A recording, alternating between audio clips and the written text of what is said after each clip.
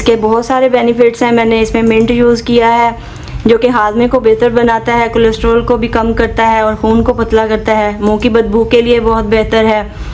अस्सलाम वालेकुम व्यूअर्स, कैसे हैं आप सब लोग। उम्मीद करती हूँ खैरियत से होंगे। मैं हूं समरीन और आप देख रहे हैं मेरा यूट्यूब चैनल देसी बाइट्स बाय समरीन। तो आज जो मैं रेसिपी बनाने जा रही हूँ वो है एक चटनी पुदीने की और हरे धनिए की। इसके बहुत से फायदे हैं, ये बहुत ही जबरदस्त है और ये सेहत के लिए भी बहुत ही अच्छी होती है। तो चलें आए बनाना स्टार्ट करते हैं। इसके लिए मैंने लिया है 1 कप पुदीने का, 1 कप धनिए का और 3 से 4 हरी मिर्चें ली हैं मैंने, और साथ में 3 से 4 जवे लहसुन के और छोटा सा पीस अदरक का लिया है, और साथ में 1 चम्मच मैंने जो है अनारदाना लिया है। चलें ये मैंने ब्लेंडर लिया है, लेके इसके अंदर डालूंगी पुदीना। बिस्मिल्लाहिर्रहमानिर्रहीम।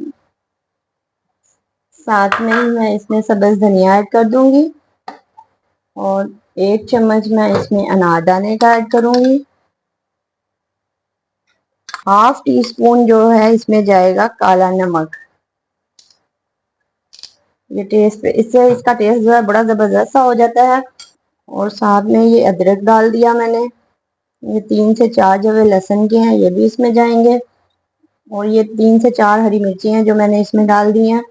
आपके पास अगर वो बारीक वाली मिर्ची है वो तीखी होती हैं, ये जरा फीकी है मिर्चें, तो इसलिए मैंने इसका ज्यादा इस्तेमाल किया है।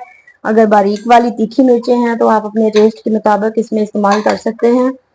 तो इसमें थोड़ा सा मैं इसमें पानी ऐड करूंगी, बिस्मिल्लाहिर्रहमानिर्रहीम, ताकि ये अच्छे से ब्लेंड हो जाए।